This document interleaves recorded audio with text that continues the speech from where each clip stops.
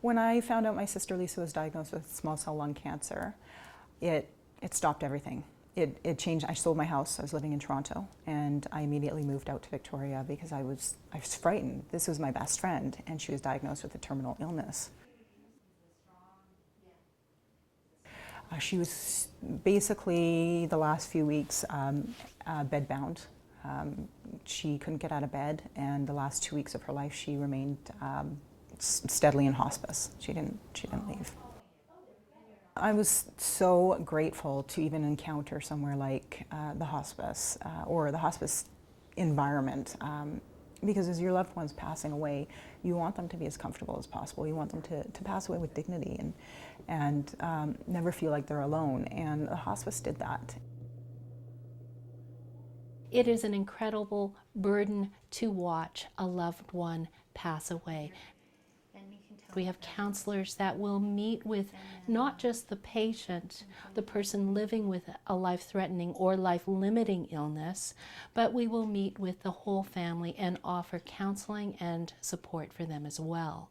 So at Rosedale Hospice, which is what Hospice Calgary operates, that's our 7-bed end-of-life hospice for people living with cancer. Hospice Calgary receives government funding for the day-to-day operations for patients at its Rosedale Hospice. Everything else is at the mercy of the generosity of the community, and that includes things like grief counseling, child and family services, and counseling for patients before they pass away. I am raising awareness and funds for Hospice Calgary and doing a trek with my fiance to the Everest base camp in April. About 2 years ago, 2 years and a few months ago, I was in a car accident, rear-ended, and I've had fairly severe soft tissue injuries since then. But I'm determined to get ready, get in shape, and succeed in getting up to base camp, and doing it really in the memory of my sister Lisa.